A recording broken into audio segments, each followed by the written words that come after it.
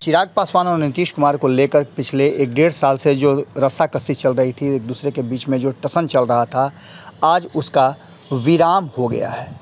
आपको बता दें कि कल ही चुनाव प्रचार थम गए बोचहा में। इससे पहले आपने देखा होगा कि किस तरह से 24 सीटों के स्थानीय निकाय से होने वाले एमएलसी चुनाव के परिणाम आए, उसको लेकर के एनडीए के भीतर तल्खियाँ थीं।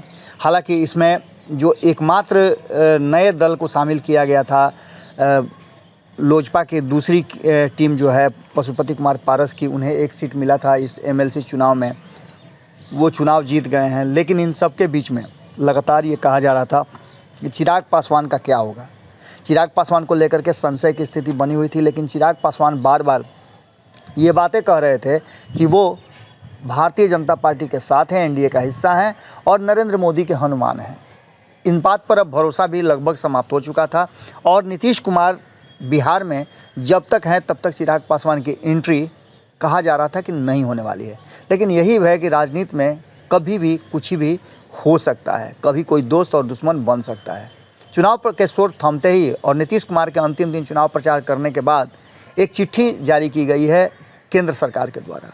इस चिट्ठी में चिराग पासवान को सम्मान दिया गया है और उन्हें कुर्सी भी दी गई है। जैसा कि आप सभी जानते हैं कि लगातार चिराग पासवान तब भारतीय जनता पार्टी के साथ जुड़े थे जब कोई उनके साथ बिहार से जाना नहीं चाह रहा था। हालांकि चिराग पासवान के जुड़ने के बाद कई लोग नीतीश कुमार से गुस्सा करके मिले थे और कई लोग बाहर भी हुए थे।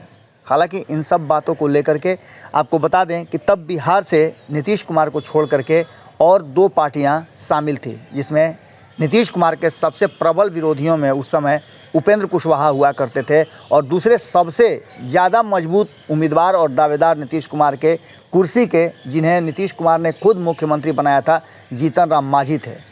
हालांकि ये संबंध 5 साल तक चला, लेकिन 2019 में जब चुनाव हुए तो नीतीश कुमार ने उससे पहले एंट्री कर ली थी एनडीए में और कई दल बाहर हो गए थे, लेकिन चिराग पासवान तब भी थे। नीतीश कुमार जहां रहते हैं वो अपनी शर्त पे रहते हैं और अपने हिसाब से राजनीति करते हैं, ये बात सभी जानते हैं।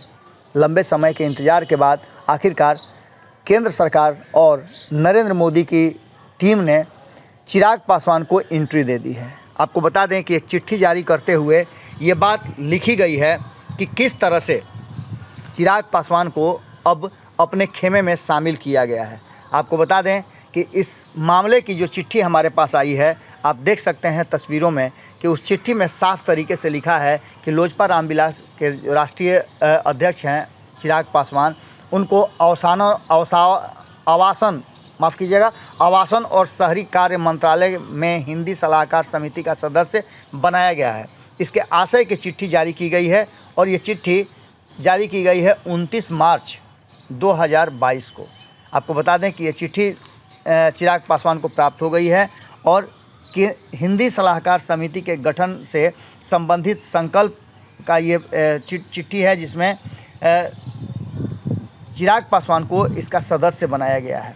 अब निश्चित रूप से एक बात तो तय है कि धीरे धीरे भारतीय जनता पार्टी और चिराग पासवान करीब आ रहे हैं। देखना होगा कि इस पर नीतीश कुमार की प्रतिक्रिया क्या है और क्या कुछ सामने निकल करके आता है। बिहार की राजनीति में तल्खियाँ तो हैं ही, इससे इनकार आप नहीं कर सकते हैं, लेकिन उसे पाटने का भी प्रयास किया जा रहा है। आने वाले समय में राजनीति किस करवट बैठेगी, ये कहना थोड़ा जल्दबाजी होगी। जुड़े रहिए भारत लाइव के साथ, खबरों का सिलसिला लगातार जारी है। अगर ये वीडियो पसंद आई और वह बिहार के राजनीति और बिहारियत से सरोकार रखेनी तो सब्सक्राइब बटन दबा के चैनल के सब्सक्राइब कर ली।